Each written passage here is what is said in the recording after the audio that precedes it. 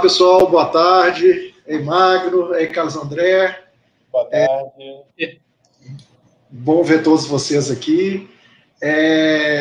Antes de eu passar a palavra para o Magno, que ele vai apresentar o Carlos André, eles trabalharam um tempo juntos, eu gostaria só de dar algumas informações que a gente costuma falar sempre, né?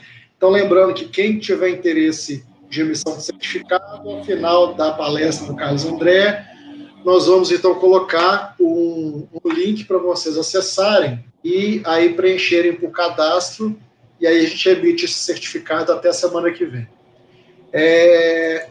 Além disso, eu vou colocar também aqui um link para quem quiser participar do grupo de WhatsApp que nós temos. Ele está só crescendo, é bom porque lá a gente sempre divulga as próximas palestras mais rápido. É um canal legal para a gente manter contato e tirar dúvidas e tudo relacionado aí para a proteômica.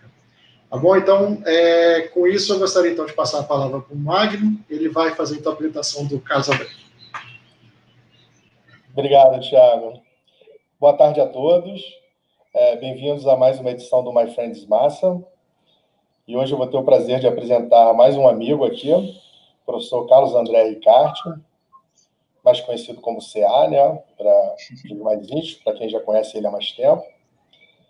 E o Carlos André ele tem uma história muito bonita como pesquisador, né? Ele é um dos coordenadores do Laboratório de Química de Proteínas e Bioquímica do Departamento de Biologia Celular da Universidade de Brasília.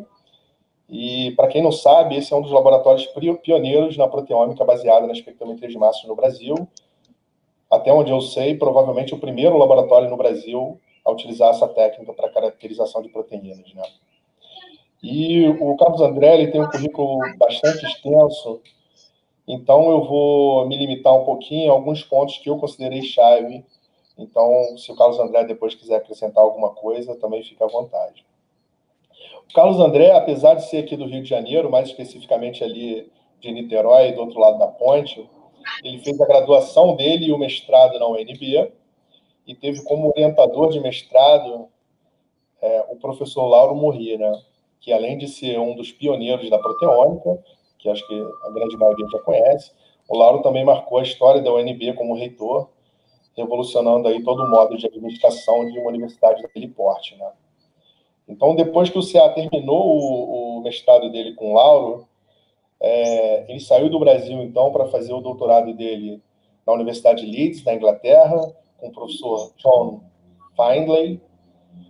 E o CA hoje é professor da Universidade, quer dizer, ele é professor da Universidade de Brasília desde 1989 e hoje ele ocupa atualmente o cargo de professor titular, né? Entre as atividades de pesquisa que ele trabalha já há bastante tempo, as áreas que ele se concentra são a bioquímica, química de proteínas e proteômica, aplicada a uma grande diversidade de modelos biológicos, com destaque, então, para análise proteômica e subproteômica de Trypanosoma cruzi, que eu acho que talvez ele vai contar um pouco hoje para a gente, e análise proteômica também de fungos filamentosos, que são produtores de enzimas que degradam a biomassa vegetal. Então, ele é um grande especialista também nessa área de degradação de biomassa, caracterizando vários secretomas e complexos proteicos formados por esses organismos filamentosos, né? Além disso, o Carlos André tem mais de 70 publicações em revistas de alto impacto, e, além disso, ele é bolsista de produtividade em pesquisa do CNPq, e, recentemente, ele foi passar um tempo como professor visitante na Universidade de Cambridge, na Inglaterra, que eu acho que ele vai contar, talvez, um pouquinho para a gente o que ele fez de lá também, recentemente. Então, com isso, sem mais delongas, eu gostaria de agradecer novamente ao CA por ter aceitado o convite e a gente dizer que a gente está aguardando por uma palestra excelente aí. E obrigado novamente, CA. Muito obrigado, Magno. Eu acho que já estão me ouvindo, né? Sim, estamos sim. Certo. Então, primeiramente, eu gostaria de agradecer demais o convite feito pelo BR-Prot. O contato pelo Luiz Felipe, mas eu sei que comissão formada pelo Magno, pelo Tiago, pelo professor Gilberto Mon, pelo Giuseppe e pelo Fábio Nogueira, se não me engano, todos esses, né? Então, de parabéns pela essa série de seminários, né, My Friends Massa, muito interessantes, e estou muito feliz de poder ter essa oportunidade. E hoje, então, eu preparei esse seminário, primeira vez que eu estou dando esse seminário exatamente, apesar de terem resultados, assim, já conhecidos, né, mas não nessa forma. Seriam subproteomas entendendo o todo pelas partes. Queria começar com essa imagem. Quem é de Brasília pode reconhecer, ou que já esteve em Brasília, né? Mostrando o trânsito no eixo monumental. O eixo monumental talvez seja a principal via rodoviária da cidade de Brasília, que leva à esplanada dos ministérios, né? Vai dar lá no Congresso Nacional. Então, quando a gente pode ver... deixa eu só mudar aqui.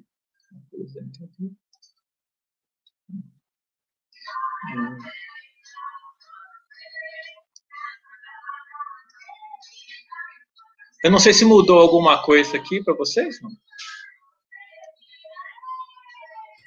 Mudou a visualização. Vocês estão... Clica aí de novo, porque também o modo de apresentação alterou. Voltou isso. Agora? Não. Perfeito. Tá. Então, desculpe. Então, aqui nós temos aqui o eixo monumental, num domingo às 8 horas da manhã, vazio, né, sem carro, sem pessoas, praticamente. E aqui à direita nós temos o eixo monumental, no meio da semana, uma quarta-feira, 18 horas, bem cheio de carro, bem cheio de gente. Então, são situações do mesmo local, em condições diferentes. Então, a pergunta que faz, a população total de Brasília se alterou ou mudou de lugar nessas duas condições? Bom, eu acho que é óbvio que não, né? Ela não se alterou, a população total apenas mudou de lugar. Aproveitando esse gancho, passando para a biologia. Se nós considerarmos, então, um típico trabalho proteômico em que você vai analisar uma amostra biológica em duas condições, que a gente está chamando de condição 1 e condição 2. Essas duas condições, essas amostras, elas vão sofrer processamento metodológico de preparo de amostras, análise proteômica, e vai nos dar, então, como resultado, pelo menos é o que a gente deseja, né, proteínas específicas ou diferencialmente expressas nas duas condições. Então, de posse dessas informações, o pesquisador ele quer fazer sempre uma correlação entre o proteoma e as variações biológicas das duas condições. E ele vai buscar essa correlação. Será que existe a correlação? Né? E a gente pode fazer a mesma pergunta do slide passado. A população total de proteínas se alterou realmente ou ela mudou de lugar? Né? Muitas vezes, então, o proteoma global ele pode não se alterar. E o que a gente pode ter é uma alteração da sua localização, da localização das proteínas no proteoma. E aí eu queria puxar o gancho para a importância de estudar os subproteomas. Uma definição de subproteoma poderia ser qualquer subconjunto das proteínas de um proteoma que compartilham alguma característica. Né? Eu fiz, há uns dias atrás, um levantamento no PubMed com o termo subproteoma. E nós vemos que, de 1999 para 2021, já tem 2021, eles têm 674 resultados usando esse termo subproteoma. Tem um pico aqui de 65 publicações em 2012, usando o termo subproteoma. Curiosamente, por curiosidade, eu saí olhando que tipos de subproteomas que o pessoal andou estudando, e a gente pode ver alguns tipos. Aí não está uma lista completa. Mas aqui em azul, nós temos subproteomas que se referem a fracionamentos subcelulares. Né? Então, a gente tem proteoma de superfície, vesículas, núcleo, mitocôndria, membranas, temos exoproteomas, secretômios também. Alguns subproteomas, eles se referem a modificações que as proteínas que aquela fração de proteína sofreu. Então, no caso de proteínas glicosiladas, a gente tem o glicoproteoma, proteínas ubiquitinadas, temos o ubiquitinoma e outros, né? Algumas propriedades são exploradas para fracionar uma amostra como dentro desses subproteomas com uma capacidade, por exemplo, de ligar a metais, ligar a ácidos nucleicos, RNA, DNA, etc. Então, existem subproteomas explorando essas características. E também, quando a gente passa para características, tem características diversas, né? Tem gente que estudou subproteomas de proteínas termoestáveis, proteínas de alta massa, proteínas de baixa massa, proteínas ácidas, proteínas alcalinas e até proteínas desenoveladas. Então, realmente, é uma gama de possibilidades de subproteomas que o pessoal tem estudado. Então, é um termo que ainda continua sendo usado e eu acho que ele tem o seu valor, sim. Como o Magno gentilmente apresentou, né, no início, eu venho do Laboratório de Bioquímica e Química de Proteínas da UNB, da Universidade de Brasília. Esse laboratório, ele, como o Magno também colocou, ele foi criado, fundado pelo professor Lauro Morini, que foi meu orientador de mestrado, orientador do professor Marcelo Vale também, e de outros professores, né? E o laboratório, ele tem vários professores que trabalham em conjunto e ele explora diferentes linhas de pesquisa, campos de atuação, sempre procurando mais a pesquisa proteômica. Então, a gente pode falar que tem algumas linhas de pesquisa que mexem mais com a biodiversidade, outras com biotecnologia, algumas linhas com saúde humana e tem também uma área de neurobiologia também. Hoje eu vou dar ênfase, então, a 3 dessas áreas, alguns assuntos em 3 dessas áreas, envolvendo subproteomas, que são as áreas de venenos animais, em biotecnologia, fungos produtores de enzimas lignocelulolíticas, que degradam biomassa vegetal, e na saúde humana, em cima de Trypanosoma cruzi e doença de Chagas. Começando, então, pela área de saúde, né? A doença de Chagas também é chamada de tripanosomiase americana. Ela é uma doença negligenciada que afeta mais ou menos 7 a 8 milhões de pessoas no mundo. É claro que ela é concentrada basicamente na América Latina, e chegando até o México, mas o sul dos Estados Unidos também. Mas devido à migração humana, ela tem se tornado um problema em outros países, né? E, então, tem casos até na Europa, tem casos na Ásia. Essa doença ela é causada, então, por um protozoário flagelado chamado Trypanosoma cruzi, que ele é encontrado em diferentes formas ou estágios de vida. Então, quando vocês virem T, é a forma tripomastigota, A é a forma A-mastigota, E é a forma epimastigota. A gente vai voltar nesse assunto um pouquinho. Essa doença, é claro, ela foi definida por Carlos Chagas, é uma história bacana da descoberta da doença de Chagas, né? E ela é transmitida principalmente por um inseto hematófago, que a gente chama de barbeiro, tem várias espécies desses insetos. Mas ela também, a doença de Chagas pode ser transmitida por transfusões de sangue, de órgãos, e até em alimentos, né, que tem o caso do açaí, que tem relatos. Não existe vacina para a doença de Chagas até o momento. E o tratamento tem poucas drogas, só 2, que se usa para a doença de Chagas, e também que não servem para a fase crônica da doença. Tal. Então, é uma doença que ainda necessita de pesquisa em cima dela. Quando a gente considera rapidamente, se a gente definir como os três formas de vida principais do Trypanosoma cruzi, a forma epimastigota, a tripomastigota e a mastigota, a gente vê que elas têm características diferentes. A forma epimastigota ela é encontrada no inseto vetor, ela é replicativa e ela não infecta.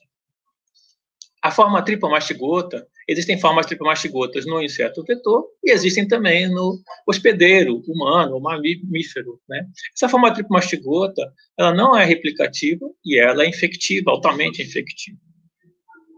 A forma mastigota, ela só existe no hospedeiro mamífero, né, como está mostrando aqui, e ela é uma forma replicativa dentro desse hospedeiro mamífero, e ela também tem a capacidade de infectar. Então, nós vemos 3 formas diferentes, com características bem diferentes, não só morfológicas, como também de atividade biológica. Tem o mesmo genoma, mas, obviamente, vai ter os diferentes proteomas. Então, é um modelo muito interessante se estudar esses estágios, porque você tem uma variação proteômica clara, que pode explicar essas características de cada um desses estágios. E, para completar, a regulação da expressão gênica no Trypanosoma cruzi, ela é pós-transcricional. Então, na verdade, você não tem uma baixa correlação dos níveis de RNA mensageiro e proteína.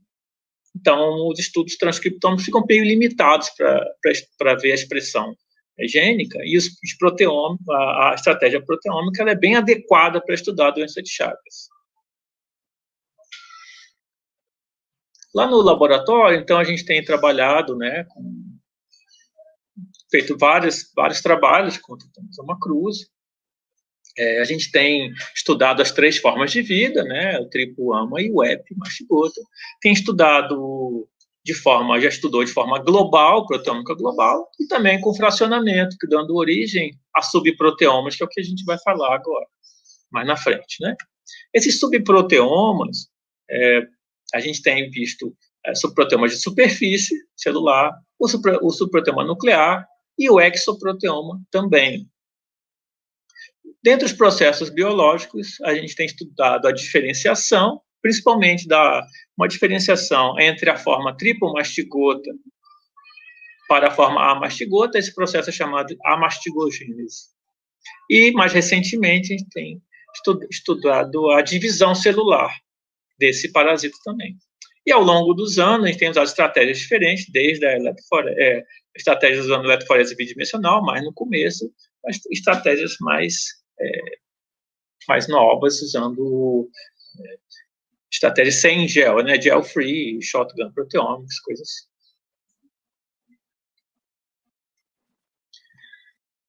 Esse trabalho que eu estou mostrando agora, esse Proteomic Analysis of the Human Pathogen Trypanosoma cruzi, foi o primeiro trabalho que nós publicamos com proteômica de Trypanosoma cruzi. E é o primeiro trabalho publicado mundialmente também com proteômica do Trypanosoma cruzi. Ele foi publicado em 2004 na revista Proteomics, e ele foi o assunto de doutorado do Jaime Paba, que foi meu aluno de doutorado. E nós fizemos o primeiro mapa proteômico bidimensional, ainda bem inicial, né? Essa aí é da forma tripomastigota, mas também fizemos uma comparação, foi possível fazer uma comparação do perfil bidimensional das formas tripomastigotas, amastigotas e epimastigotas.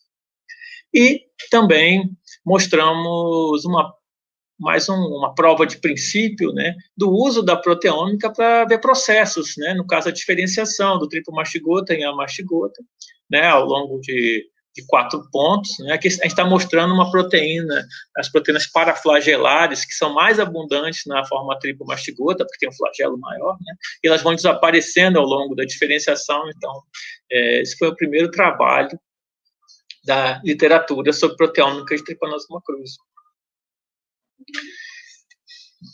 Aqui eu queria fazer um parênteses, que esse artigo, ele dá é até engraçado o título, né, que fala de déjà vu em proteômics. Né? O déjà vu é aquela sensação que você tem que você já viu aquilo antes.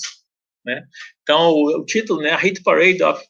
Então, é uma parada de sucessos das proteínas diferencialmente expressas que são identificadas repetidamente. Quer dizer, isso é uma coisa que, ao longo da proteômica, isso já foi citado várias vezes, né, esse fenômeno déjà vu, né, você fica vendo, não importa o organismo que você está trabalhando, você sempre encontra as mesmas proteínas que vão variando, né, as proteínas da glicose, as proteínas cicloacídicas, um monte de coisa.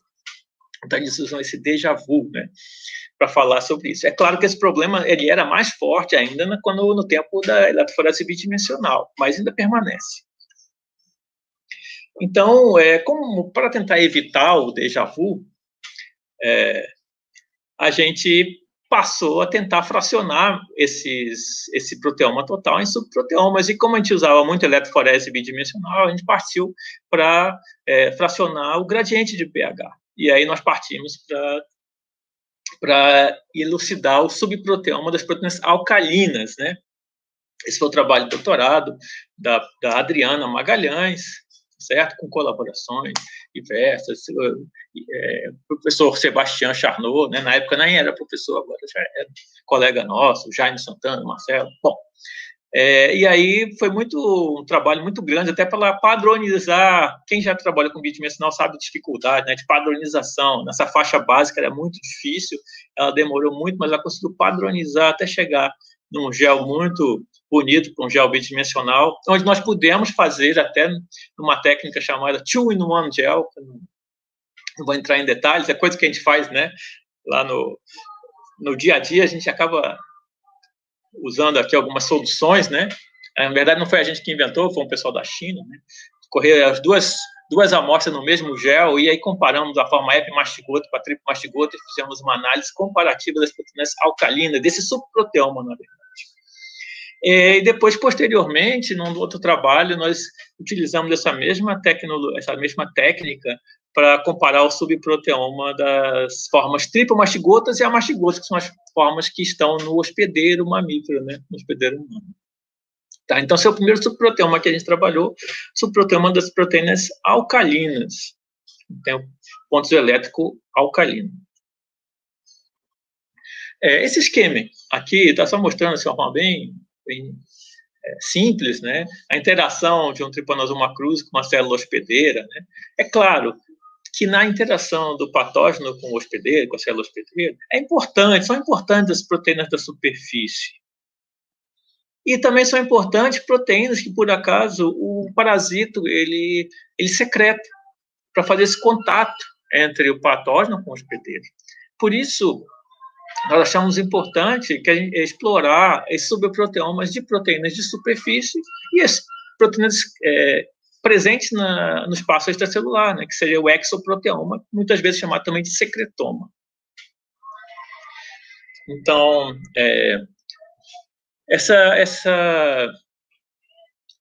em relação agora ao subproteoma da superfície celular, isso deu origem a alguns trabalhos, e o primeiro dos trabalhos foi publicado aí na Journal Proteome Research, e ele fala do desenvolvimento de duas metodologias para estudar o proteoma da superfície do Trypanosoma cruzi, usando dois métodos complementares.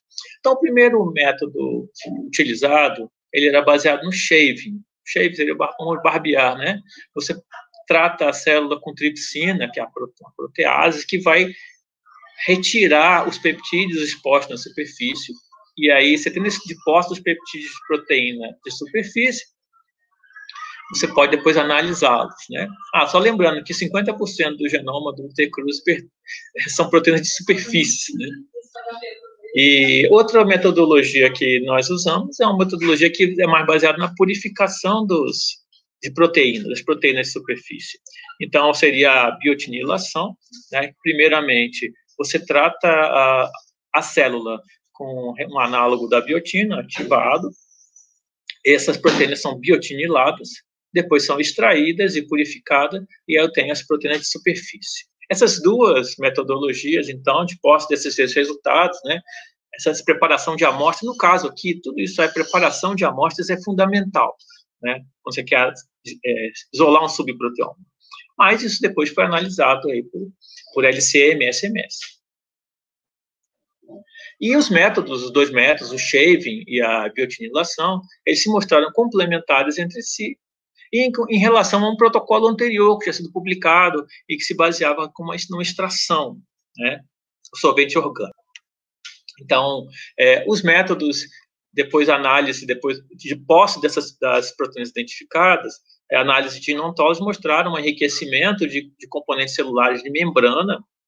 Os métodos se mostraram, aqui eu tenho no diagrama de Venn, três situações, né, o shave, que é o uso na tripsina, o biotinilado e o controle. O controle seria a amostra sem nenhum tratamento, e mesmo assim, mesmo sem nenhum tratamento, a gente encontrava proteínas.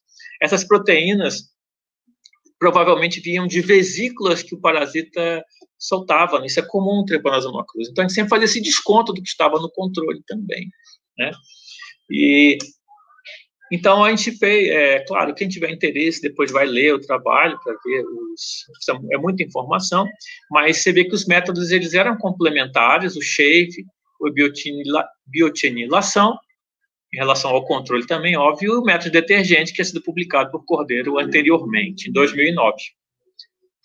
Como esse método funcionou, nós resolvemos aplicá-lo posteriormente para análise comparativa das formas que são as que o pessoal tem mais interesse, né? São as formas que estão presentes no hospedeiro. São as amastigotas e tripomastigotas.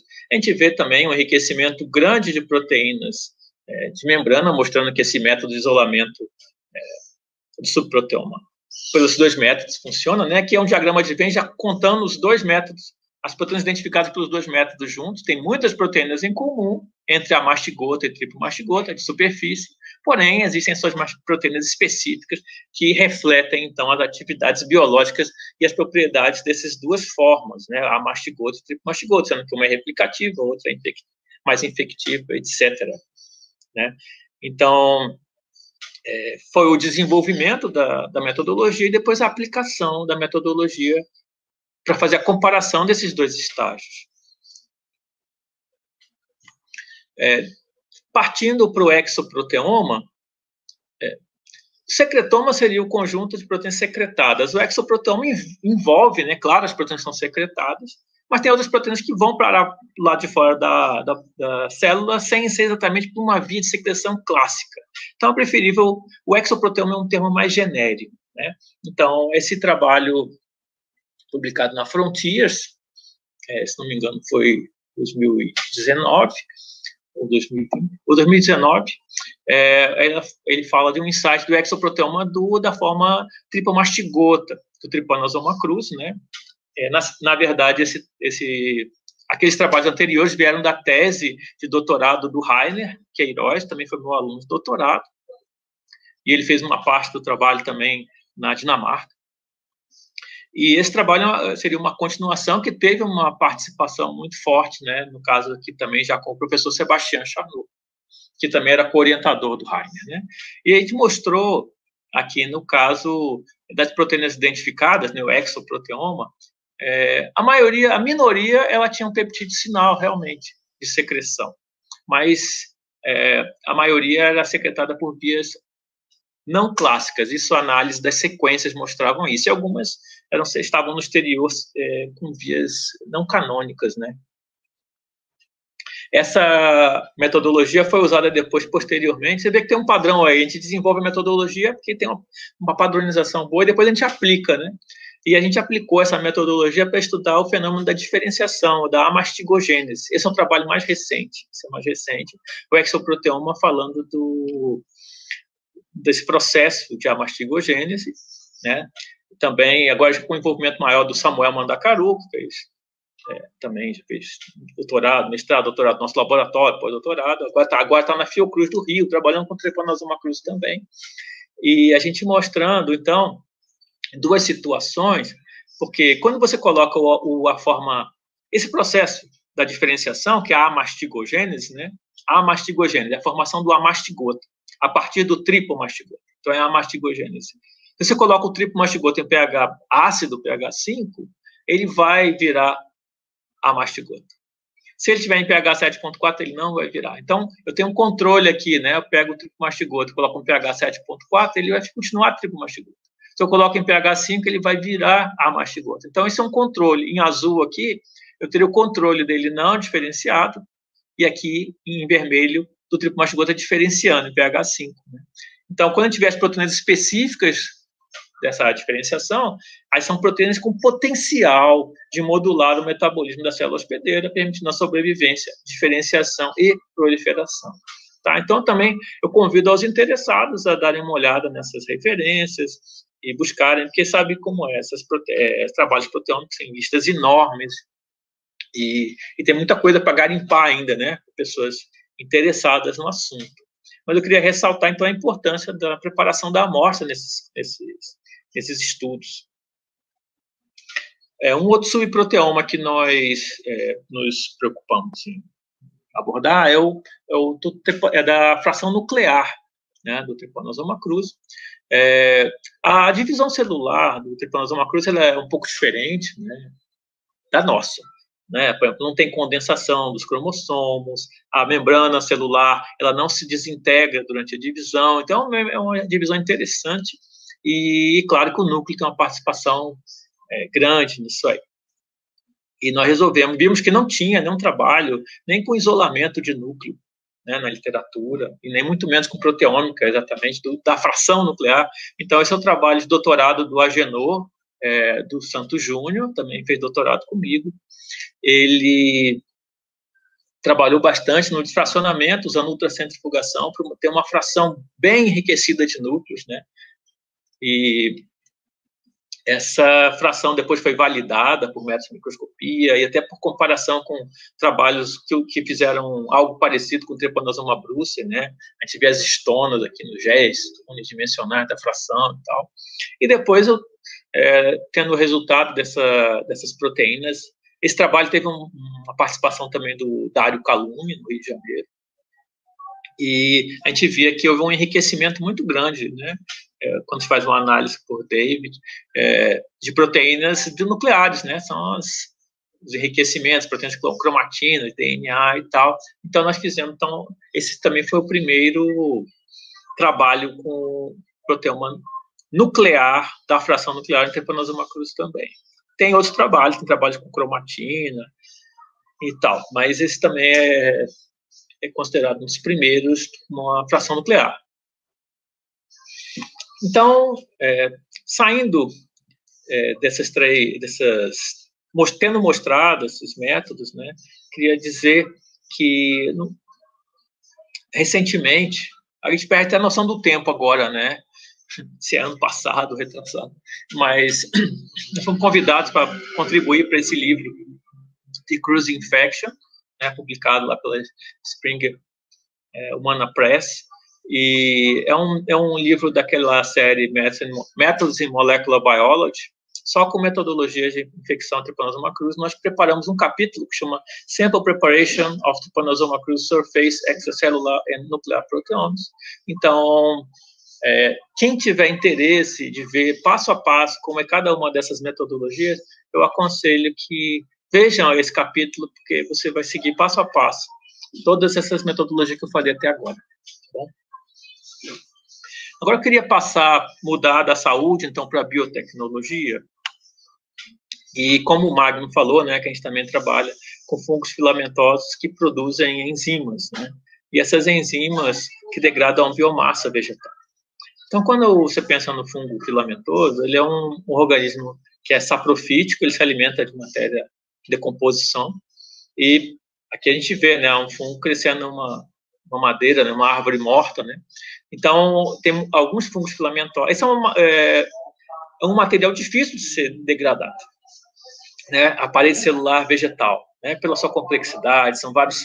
Então, a gente tem celulose, tem hemicelulose, tem pectina, tem lignina. Então, é um material bem difícil, né, recalcitrante, mas esses fungos, eles produzem, eles secretam essas enzimas, e é claro, quando eles conseguem hidrolisar uma celulose em glicose, por exemplo, depois eles conseguem utilizar como fonte de carbono, né, como fonte de energia. E a gente sabe do interesse que existe para a produção, por exemplo, de biocombustíveis, né, etanol de segunda geração, aproveitamento da biomassa. E hoje em dia existe o conceito de biorefinarias, que seria você fazer vários tipos de moléculas de interesse, ao invés de usar matriz de petróleo, você usar biomassa vegetal. E tudo isso tem uma importância muito grande ao estudo das enzimas que conseguem fazer isso. Por isso que isso é um trabalho, muita colaboração com o professor Edivaldo Filho, também do nosso departamento, que é um especialista no assunto. Basicamente, os fungos filamentosos de várias espécies são cultivados em diferentes fontes de carbono, né? E a gente tem aí, além de fontes definidas, temos muitos resíduos agroindustriais, né? Tem aquilo que chama piolho de algodão, mas o piolho não é o piolho, o inseto, né? É um subproduto do processamento do algodão. Tem casca de laranja, sabugo de milho, casca de soja, engaço de bananeira, na verdade, bagaço de cana, principalmente, que é muito que tem no Brasil, né? Então, o aproveitamento dessas fontes, desses resíduos, é importantíssimo, né? Para a economia e até para a sustentabilidade. Então, o fungo é crescido nessas diferentes condições, ele produz secretomas. Os secretomas não são iguais, os secretomas vão variar conforme a fonte de carbono que ele está crescendo. Isso é importante, porque vai formar um coquetel de enzimas diferente em cada uma dessas situações. E algumas podem ser importantes para uma determinada utilização, outras para outra. Tá? Então, desse secretoma você faz, analisa atividades enzimáticas, busca complexos, vê a composição do secretoma e a aplicação na degradação de biomassa. O primeiro trabalho que a gente publicou nisso foi publicado naquele periódico Proteomics, naquele fascículo Proteomics em Brasil, que foi editado pelo Daniel Martins de Souza, né, em 2012. Foi com Trichoderma rasiano, crescido em celulose. Mais tarde, a gente publicou um trabalho mais completo com Trichoderma rasiano crescido em 4 fontes diferentes, que seria a glicose, a celulose, a xilana e o bagaço de cana, né, que está mostrando aqui nesse diagrama que vem. E a gente pôde fazer, a gente usou tanto a eletroforese bidimensional como abordagens EDC-MS-MS, né? A eletroforese bidimensional permitiu a gente ver níveis de glicosilação, né, que tem muitas proteínas glicosiladas nessa amostra, né? E a gente pôde ver com resultados que o bagaço de cana é o que dá maior atividade enzimática, porém a maior variedade é conseguida com a celulose, por exemplo, como fonte de carbono. E que apenas 5% das proteínas elas eram comuns em todas as condições, né, mostrando como que a variação da fonte de carbono vai variar o secretoma. Esse trabalho tem... basicamente, esses 2 trabalhos têm a participação da Diana Paola Gomes Mendonça, que agora está trabalhando com o Tiago, mas ela fez mestrado, doutorado, pós-doutorado lá com a gente na UNB. O professor Luiz Henrique Ferreira do Vale, que atualmente é professor, na época era aluno de doutorado, né? E, claro, o professor Marcelo Vale Souza, o professor Edivaldo, o professor Magno Junqueira, o professor Gilberto Domon estão nesse aqui também, né? E, então, o trabalho sempre em colaboração, né? É muito importante a colaboração. E a gente conseguiu, então, é muito interessante ver as variações desse secretoma, desse subproteoma, no caso dos fungos filamentosos. Esses trabalhos continuaram com outros fungos, aqui no caso o doutorado do Helder Gomes, né, com outro fungo chamado Tonostax bicycle, também com muito potencial biotecnológico. Ele usou diversos resíduos agroindustriais, muito mais ainda, né? Ele usou talvez uns 10 resíduos, e a gente foi caracterizando esses secretomas. No caso aqui do doutorado do Caio, também um outro aluno do professor Edivaldo, é interessante que o bagaço de cana, ele foi submetido a um pré-tratamento hidrotérmico, né? É um tratamento físico com altas temperaturas que faz com que a biomassa, o bagaço de cana, se torne mais fácil de ser disponibilizado para o fungo, né? Então, é uma mistura aí de engenharia com bioquímica, né? E também foi caracterizado o secretoma nessa condição. Uma pergunta que a gente fez logo de cara é que se existiam complexos proteicos nesses secretomas. E aí, como a gente sabia que existia em caso de bactérias anaeróbicas, que seria o caso dos celulossomos, mas em fungos filamentosos isso não era muito bem estabelecido. Nós começamos a aplicar uma técnica de eletroforese nativa chamada BN-PAGE, né, ou Blue Native PAGE, que ela é baseada no uso do Comace Blue durante a eletroforese. Se a pessoa que já usou o SDS-PAGE sabe, o SDS, o detergente SDS, quando ele vê um complexo desse, ele vai desnaturar as proteínas e separar, né, os componentes do complexo. Já o Comace Blue, ele vai ele vai manter o complexo estável e vai dar uma carga negativa para o complexo. Então, é uma técnica nativa, vai dar uma densidade de carga igual para os complexos, né, mais ou menos o mesmo princípio do SDS, mas mantendo os complexos estáveis. E aí, então, nós utilizamos essa técnica no primeiro trabalho, o trabalho do Adelson Joel da Silva, foi o estudante de doutorado também lá do laboratório, sob minha orientação, a Diana também estava presente, o Magno, Alberto Drummond, Marcelo Vale de Souza, e o Adelson hoje é professor na Universidade Federal do Mato Grosso. Esse trabalho primeiro foi publicado também no Proteomics em Brasil, né? E depois disso a gente continuou trabalhando e com outras situações, com outro fungo, o Trichoderma rhizae, que é considerado aí o workhorse, né, da produção de celulases, tá? E aí, no caso, induzido por lactose e galactose, são bons indutores da produção. E voltamos àquele fungo Clonostax biciclo, que nós tínhamos visto no secretoma também, em diversas fontes de carbono lignocelulolíticas. Aqui é um exemplo de um gel BN-PAGE, né, mostrando os complexos enzimáticos, os complexos multienzimáticos que a gente foi caracterizando, né? A gente pode ver que eles variam conforme a fonte de carbono, entendeu? Tem complexos que aparecem numa situação e desaparecem na outra, ou aumentam. Então, isso aí a gente foi fazendo também uma relação da fonte de carbono com a presença desses complexos que eles mostravam, assim, ser formados de proteínas até com atividades complementares, porque a degradação da biomassa ela precisa de atividades complementares, né? É claro, essa eletroforese BN-PAGE, né, essa nativa, ela pode ser acoplada com a SDS-PAGE fazendo uma eletroforese bidimensional, né, BN-PAGE e SDS-PAGE. Então, na primeira dimensão eu tenho o BN-PAGE, na segunda dimensão o SDS-PAGE. Então, o complexo ele pode ser decomposto, né, em seus componentes individuais. A gente também fez isso para o Trichoderma raziano, também conseguimos identificar esses complexos com mais segurança. Pegando o gancho dessa técnica do BN-PAGE, eu queria passar a aplicação de um exemplo em relação a um veneno de aranha, né? É um trabalho de uma aluna chamada Tânia Bart, sob orientação da professora Mariana Castro e do professor Osmindo Pires Júnior. E essa aranha caranguejeira, né, que é a Acanthoscurria natalensis, a Tânia estava tentando fazer o isolamento de uma proteína, uma hialuronidase, que é uma proteína importante do veneno.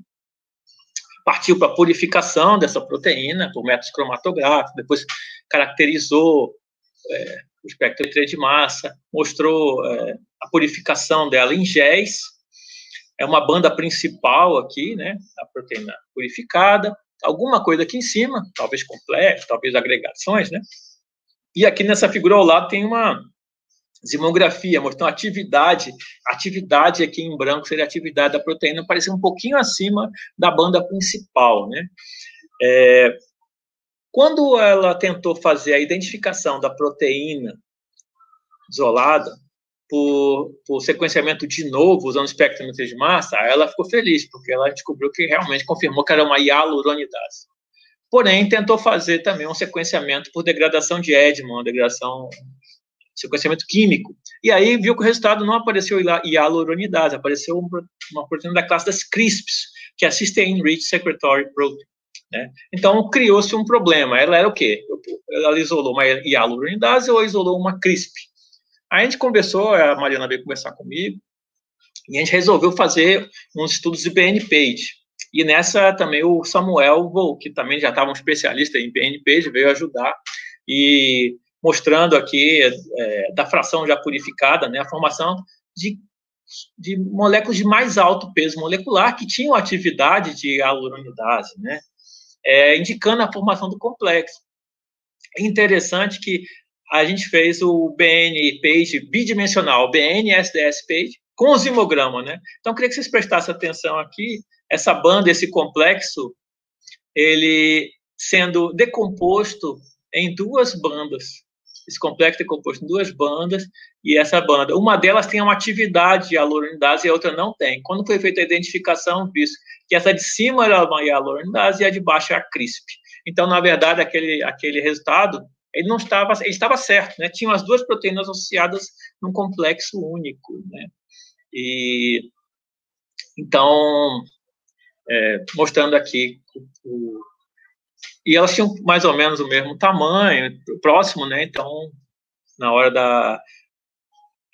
da SDS-PAGE, elas não diferenciavam muito, mas agora no BN-PAGE formava um complexo e a gente conseguiu decompor. Então, foi uma aplicação muito interessante dessa técnica de BN-PAGE. Eu só queria lembrar, então, já que eu estou falando de subproteoma, além do veneno ser um subproteoma, eu estou considerando também, a gente sabe, né, que os complexos enzimáticos também podem ser considerados subproteomas, né? Quando você isola a proteína com seus parceiros de interação, isso também é um subproteoma.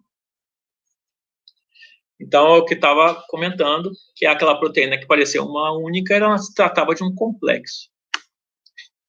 Então, finalmente, como o Magno falou, no ano passado eu tive a oportunidade, a felicidade de passar 6 meses como professor pesquisador visitante na Universidade de Cambridge, na Inglaterra.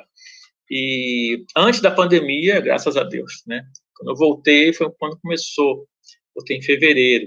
E lá eu fui trabalhar no Cambridge Center for Proteomics, que é conduzido pela professora Catherine Lilly. E eu fui trabalhar... muito tempo que eu não ia muito para a bancada, né? Tá mais na orientação, mas eu fui mesmo para a bancada, botei jaleco, luva, tudo, e fomos aprender essa técnica, a técnica chamada, que ganha esse codinome de UPS, né? Que é Orthogonal Organic Phase Separation. É uma técnica que foi desenvolvida para purificar o subproteoma das proteínas que se ligam a RNA, dos complexos RNA proteínas. E teve a participação do Rainer Queiroz, que foi meu aluno no doutorado e estava trabalhando lá agora. Então foi ótimo, porque eu estava num laboratório em que ainda estava lá o Rainer, né? Então, basicamente, se eu olho essa figura aqui, nessa figura está mostrando assim, esse quadradinho aqui é uma proteína livre, aqui uma cobrinha aqui é o RNA, e eu tenho também proteínas associadas a RNA. Eu posso ter uma proteína, essa associação forte, né, estável, como está mostrando aqui essa bolinha com um RNA, ou pode ter uma associação assim meio fraca.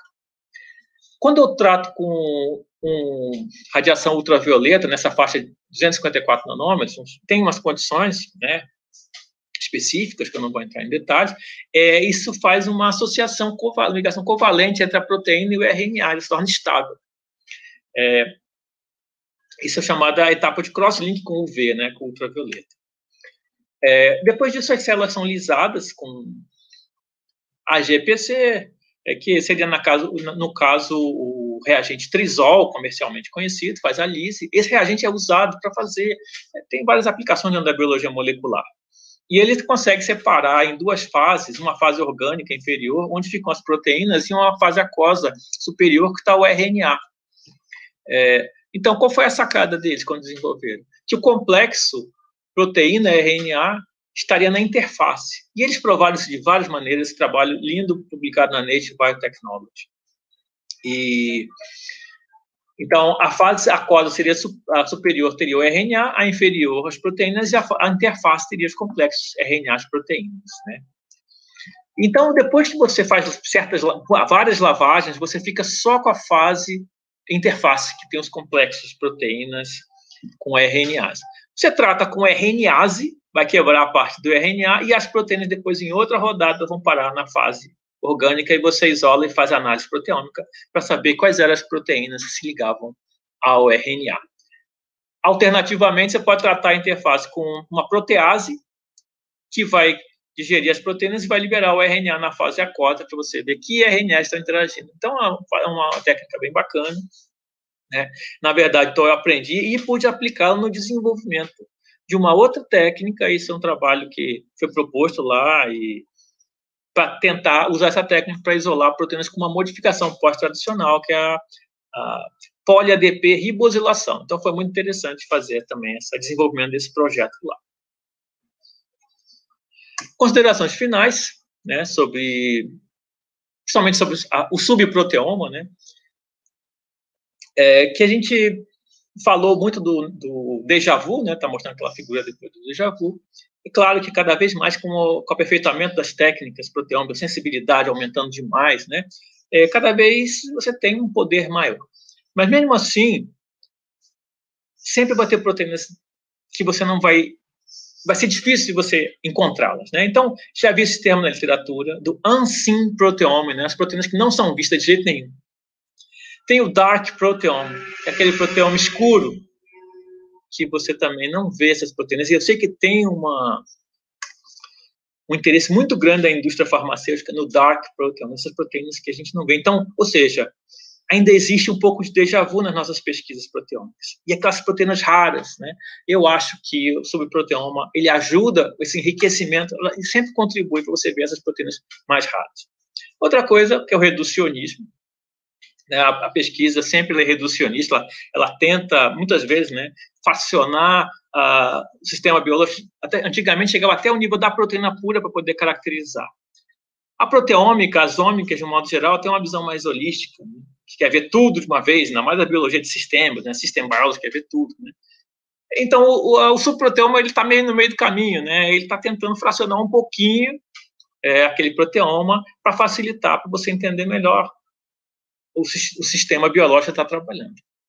E essa pergunta que eu coloquei aqui, sempre sobre proteoma, porque eu só queria deixar que provavelmente todo trabalho proteômico ele é um trabalho subproteômico, porque como o proteoma, pela definição dele, é o conjunto de proteínas de uma amostra numa determinada condição, num determinado momento, você nunca vai ver o proteoma inteiro, né? Então sempre vai ser um subproteoma. É claro que eu estou falando isso como uma figura de linguagem, né, que vocês entenderam que às vezes você pode enriquecer especificamente um certo subproteoma, mas no fundo, a gente sempre está trabalhando um pouco com subproteoma. Então, eu gostaria de terminar, mais uma vez, agradecendo todas as pessoas envolvidas. Eu coloquei muitos nomes aqui, alguns eu citei, fico com medo de ter esquecido alguém, mas provavelmente devo ter esquecido, mas são todos importantes, né? Esse é um trabalho, claro, muito conjunto, né? E gostaria de agradecer, então, às agências de fomento que financiaram essas pesquisas todas, e agora também gostaria de agradecer especialmente aí o pessoal do BR-Prot, que me deu a oportunidade de falar para vocês nessa série do My Friend is Massa. Tá? Então, eu me coloco à disposição para qualquer dúvida ou conversa. Talvez tenha alguns detalhes sobre os trabalhos que eu não vou saber, não vou conseguir dar certos detalhes, né? Vai ter que ir lá no trabalho original, mas estou aqui à disposição de vocês, tá bom? Muito obrigado. Beleza, Carlos André. Foi ótimo.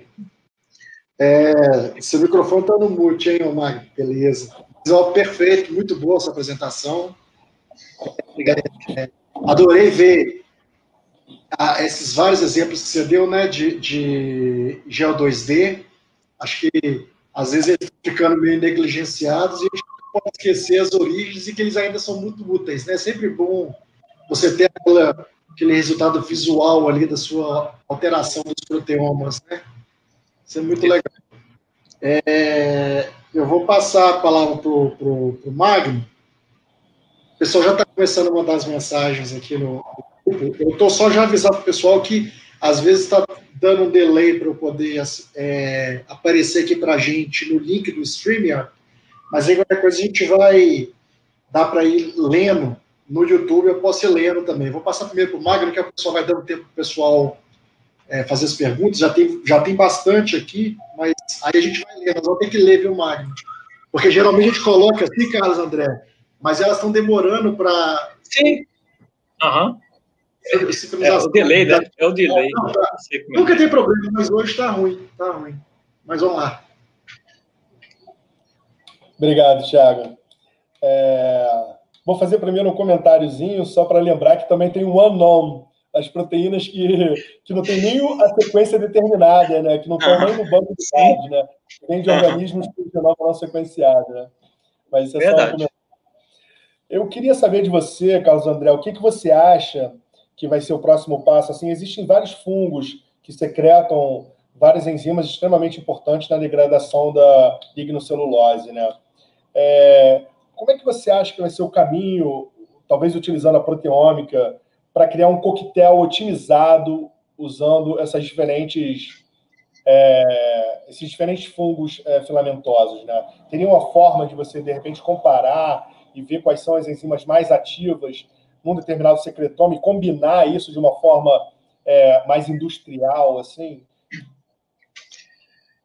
Bom, eu acho que os produtos comerciais, eles são muito baseados atualmente na produção de proteínas de enzimas recombinantes, né, de diferentes fungos, e que depois eles são juntados em coquetéis artificialmente e comercializados. Mas a gente sempre teve a ideia, lá aqui na UNB, junto com o professor Edivaldo, de tentar aproveitar. Primeiro, existem diferentes fungos que têm características diferentes. Por exemplo, o Trichoderma rhizei é muito famoso por ser um grande produtor de celulases. Já o Trichoderma raziano é muito bom de quitinases e hemicellulases e tal. E a gente sabe que a resposta deles vai variar conforme a fonte de carbono. Então, a nossa ideia ali sempre foi ir brincando com o fungo e a fonte de carbono, de preferência um resíduo desse que você tem em grande quantidade. Então, esses trabalhos, muitas vezes, têm uma análise bromatológica do resíduo antes. Então, você sabe a quantidade de celulose, de lignina, de xilana e tal, e você já infere que vai ter uma atividade correspondente no secretoma do fungo, né? Que você pode depois tentar manipular. Você faz uma aposta, né? Eu vou trabalhar com esse fungo, que eu sei que ele tem uma boa produção dessa classe de enzimas, e com um substrato que tem uma proporção maior de celulose, por exemplo, né? Bom, então a gente leva para esse lado, mas o que a gente está fazendo, uma coisa que eu posso adiantar para vocês, né? Que eu não falei no seminário, mas é um trabalho mais novo. A gente está trabalhando agora com co-cultivos. Então, tem alunos nossos trabalhando com co-cultivo. Então, você trabalha em vez de trabalhar com um fungo só, você trabalha com 2 fungos. Um produz mais uma classe de enzimas e o outro é melhor na outra. E aí, é claro que você tem a parte temporal aí. Quem começa primeiro, tem uma diferença. Você começar a crescer um primeiro, depois vir com o outro, ou vice-versa. E aí, o que a gente tem visto é o seguinte, quando você trabalha com os dois, e compara com os secretomas separados, você tem um coquetel final que é formado pelos 2 juntos, que é melhor do que eles individuais. Então, essa é uma abordagem que eu acho que também tem um potencial bom, o co-cultivo. Você acha que seria capaz... esses fungos são correlacionados, de certa forma, evolutivamente. Alguns próximos, somente os tricodermas ali. Consequentemente, eles têm similaridade em sequência das proteínas, né? Você acha, e, consequentemente, vão ter peptídeos trípticos iguais. Alguns não, mas alguns, com certeza, vão ser iguais. Você acha que, nesse caso, daria para fazer uma quantificação relativa, interespecífica, nesse caso?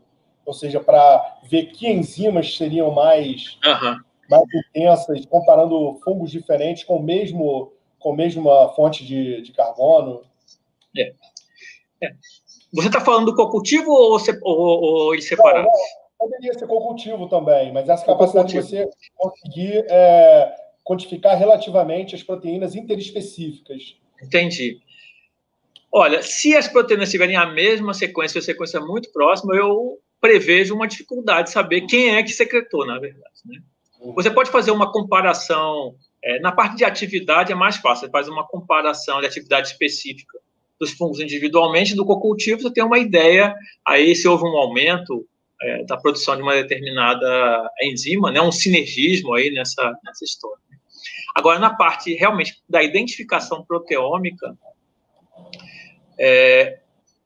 a não ser que você tivesse um jeito de marcar, né? Essas proteínas, seria claro, seria um trabalho de pesquisa básica, não seria super aplicada, mas você poderia tentar marcar, sei lá, o Silac, por exemplo, os organismos antes e saber quem é que está fazendo tal proteína, né? A marcação antes, durante o crescimento, né? Seria uma possibilidade que eu vejo, né? Para você poder tentar distinguir.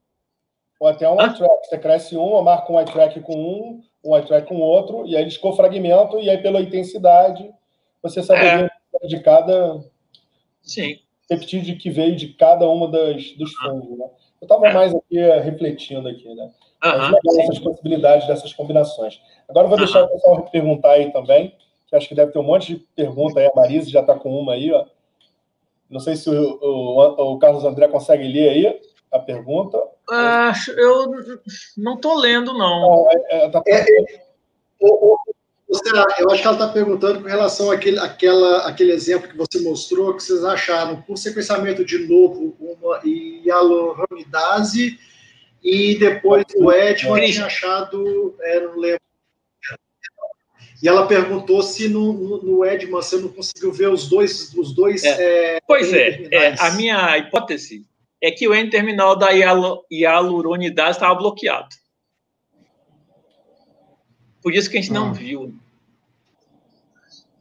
Essa aqui seria a explicação, né? Sim. Que a maioria das proteínas está bloqueada mesmo, N-terminal. Né? O Rainer tá fazendo a brincadeira. Cadê? Apareceu aqui! Tá. O Rainer tá aí. Qual vai ser o acrônimo para a técnica de enriquecimento de parilação por orgânico phase? Essa é uma brincadeira que a gente fez lá, né? Porque a técnica de enriquecimento do complexo RNA-proteína é o UPS, OOPS, né? UPS. Como essa da parilação, poderia ser PUPS, P-O-O-U. Só que P-O-PUPS, né? P-O-O-P-S, né? Então, talvez seja, né? Talvez seja uma... Não sei se vai ter sucesso, né? Mas tá candidato, né, Rainer? Tem mais uma aqui, ó. Deixa eu achar aqui. Tá mais para baixo. Ó, do Daniel. Tô vendo. Um dos desafios sobre o proteínas é o cross-contamination. As diferenças... Quais são as dicas para trabalhar com isso? Não é uma crítica, realmente busco aqui aconselhamento. Se eu puder adicionar, por exemplo, tem uma técnica que a gente faz, vocês fazem um shave, eu lembro quando o Rainer estava lá na Dinamarca, eu estava nessa época também, até a gente conversou muito sobre esse trabalho dele, e vocês fizeram o shaving, tem algumas que você faz por centrifugação, né? Então, por exemplo, você usa, eu acho que cloreto de cálcio, da centrifugação, você consegue enriquecer para a membrana. Só que a gente acha muita proteína, por exemplo, nuclear, que eu acho que é nesse caso que ele fala, né? Você sempre tem uma contaminação com outras áreas, né? Outros subproteomas. Seria Olha, isso é uma pergunta super justa. Por exemplo, você isola um subproteoma, aí você encontra uma proteína, aí você diz, a proteína está nesse subproteoma. Aí agora a pessoa pode perguntar, como é que você sabe que esse subproteoma está realmente puro? Não tem uma contaminação. Então, aí você fica meio que um círculo vicioso, você pode ter que usar uma validação de outras formas, né? Mesmo quando você, por exemplo, no caso do proteoma de superfície, acho que foi o de superfície, né? A gente usou Western blotting para ver proteínas que já estavam citosólicas que não estavam presentes na fração superfície, por exemplo. Então, a gente tirou uma grande parte aí, e você pode usar uma proteína que é de membrana, tal, mas a certeza absoluta, eu acho que vai ser muito complicado. Eu acho que você deve falar sempre enriquecimento. O enriquecimento. Mais do que isso, eu acho que é muito arriscado você falar, viu, Daniel? E tentar adicionar o máximo de controles, né? Eu lembro que você adicionou um controle ali que foi interessante, que identificou um monte de proteínas que não tinham a ver com o shaving, não tinham a ver com... Então, Exatamente. Para algum controle negativo é sempre legal, né? Exatamente. A preparação da amostra é sempre assim. A gente viu nesses trabalhos, até do Rainer, ele está aí, dependendo da concentração do tricruze, a gente via que ele sofria um estresse tão grande que ele começava a lisar. Então, a gente tinha que diminuir a concentração para fazer o experimento. Aí a gente via que ele não lisava, entendeu? Então, parece que é fácil, que é rápido, mas sua camisa mesmo para você tentar chegar num jeito melhor possível, mas não vai ser perfeito. A Monique, lá da Fiocruz do Rio, também tem uma pergunta aí, se você está enxergando. Tô. Você acha que as metodologias que aplicam o fracionamento por gel SDS bidimensional nativo foram superadas pela gel-free proteômica, ou ainda há campos para elas? Não. Com certeza, a hidratofórese bidimensional foi superada, ultrapassada em termos de números de identificações, de rapidez e automação. Isso não tem dúvida. Mas ainda, em alguns casos, ainda tem uso, né? Principalmente essa parte do gel nativo, eu acho que tem um potencial maior. E mesmo a hidratofórese bidimensional clássica, eu acho que ainda tem algumas algumas aplicações, porque uma coisa é você enxergar a proteína. Quando você faz o gel, você enxerga os esportes, você enxerga as proteínas, você enxerga as isoformas, esse negócio de proteoformas, né, que se usa muito no top-down, né, mas você já enxergava a proteoforma bidimensional desde o começo, aqueles spot trail, né, então se você tiver paciência, estiver interessado em alguma classe específica de proteína, você pode talvez identificar até com mais certeza aquelas diferenças entre duas condições, entre as duas condições, você vê a diferença de isoformas, por exemplo, usando eletroforese bidimensional.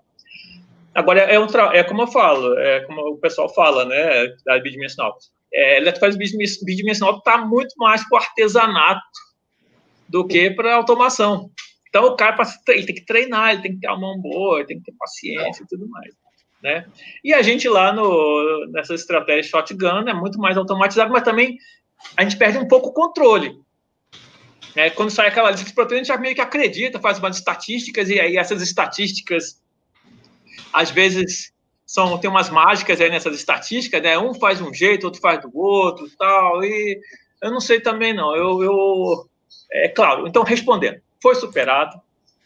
Foi, claro. Você pega os trabalhos hoje em dia, pouco trabalho com eletroforese bidimensional. Mas eu acho que ainda tem para alguns casos, seu uso, sua utilização, sim, específica. Né? Tem uma aí também do Giuseppe, lá da USP. O Giuseppe. A aplicação do BNP poderia ser uma importante metodologia para identificar complexo T-Cruz. Qual é a sua opinião? Sim, com certeza que poderia. A gente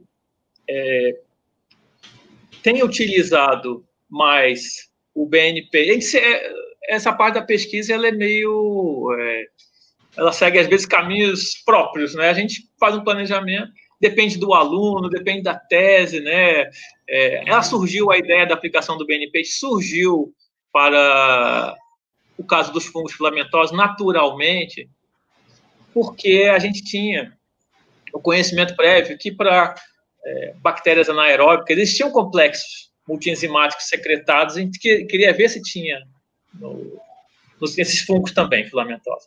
E o T-Cruzi, naturalmente, poderia. A gente chegou a fazer, já tem trabalhos com BNP em Trypanosoma cruzi. Eu acho que Samuel mesmo chegou a fazer algumas coisas. Só que não avançou tanto, né? Por isso é que eu não mostrei. Mas tem. Existem o BNP, na verdade, ele foi inicialmente desenvolvido mais para proteínas de membrana. Tem membranas, principalmente na parte da mitocôndria, né? Complexo da cadeia respiratória e tudo mais. Mas também no trabalho original do Chager, ele já falava de proteínas solúveis também, e a gente adaptou desse procedimento das proteínas solúveis. Tá? Então, mas ele também tem muita coisa na proteína de membranas também. Muita aplicação na proteína de membranas. Tem uma outra da Marise. Então, seria legal testar os processos com fungos comestíveis para que a massa produzida pudesse ser aproveitada. Isso é também interessante. E tem gente trabalhando com isso. E também, dentro dessa pergunta, para ração animal, né? Existem trabalhos aí, a gente não mostrou nada, mas trabalho em cima, por exemplo, da torta da mamona, né? Que tem lá, é tóxica, né? Tem ricina. Só que quando você trata com certos fungos, eles degradam aquilo ali, tornam e tem outros componentes tóxicos lá, em alguma desses subprodutos, né? E você pode trabalhar com fungos que não são patogênicos, e transformam essa torta, por exemplo, num produto que pode ser usado em ração animal. Então, existe trabalho já com isso, sim. Tá? E a gente trabalha isso com o professor Robert Miller, também lá do departamento. Mas no caso, ração animal, não alimentação humana. Tá? A fermentação em fase sólida, né, para agregar ali também valor nutricional também, né? O próprio fungo também ele agrega também, né, no valor nutricional e tira a toxicidade. Né? trabalho. Acho que já, não sei, deixa eu ver se tem alguma aqui no YouTube. Eu acho que a gente já respondeu todas. Sim. Essas déjà vu proteins, né? Que esse artigo ele é clássico, né? Da gel bidimensional, mas isso aí eu percebo assim que não é só para gel, elas continuam muito presentes, muito presentes. Muito presente. Tem várias que sempre estão lá, vinculina sempre está lá, e por aí vai. Por aí vai, sempre alterada, né? A polipoproteína já... Sempre, cara, é muito engraçado. De trabalhos que e você faz análise estatística, faz tudo, você tem lá as duas conjunções e elas aparecem. Então, assim, vai entender. Pois é. Memória proteômica. Continua o problema. É uma memória proteômica. Mas é isso. Você tem mais alguma pergunta, Magno?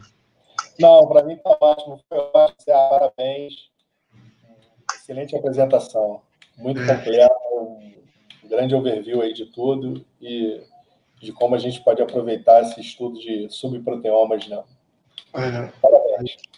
Eu que agradeço a oportunidade de estar com vocês aí, com o pessoal, podendo apresentar um pouquinho do nosso trabalho e encontrando vocês também. Parabéns aí pela série, né, de seminários que vocês estão promovendo. Obrigado, vocês estão de parabéns mesmo e eu não sei no final como é que ficou, eu lembro que o Marcelo, acho que o Marcelo também ia apresentar, eu não sei como é que ficou os dias, se está certo, né? Mas eu sei que daqui a pouco vão ter mais alguém. Joia, do LBQP. Vai ser um prazer. Eles virão. E só lembrando, então, gente, semana que vem... tem vários... Sebastião, por isso. Muita coisa lá. O trabalho dele, eu sei que ele trabalha com imunoproteína, não sei se existe esse termo, mas é isso aí. Nós vamos fazer ainda, né, Magno? Acabou que esse ano ficou pequeno para o tanto de gente que teve a apresentar, né? A gente vai precisar de muito tempo aí, muitos anos aí para convidar todo mundo, né? Vai ainda ter vários anos ainda para frente do seminário. Só para lembrar o pessoal que o próximo vai ser na semana que vem, 10 da manhã, viu, gente? Para o Rainer que está aí, hein, Rainer? Você aí lá no horário da Inglaterra, acho que é 1 da tarde, se eu não me engano, que vai ter, então, um seminário do professor Frank, lá da Dinamarca. Também vai ser muito legal. Então, já está todo mundo convidado. Legal. Um abraço para todo mundo, gente. Um abraço. Obrigado, gente. Nós que agradecemos. Tchau, tchau. Tchau, tchau.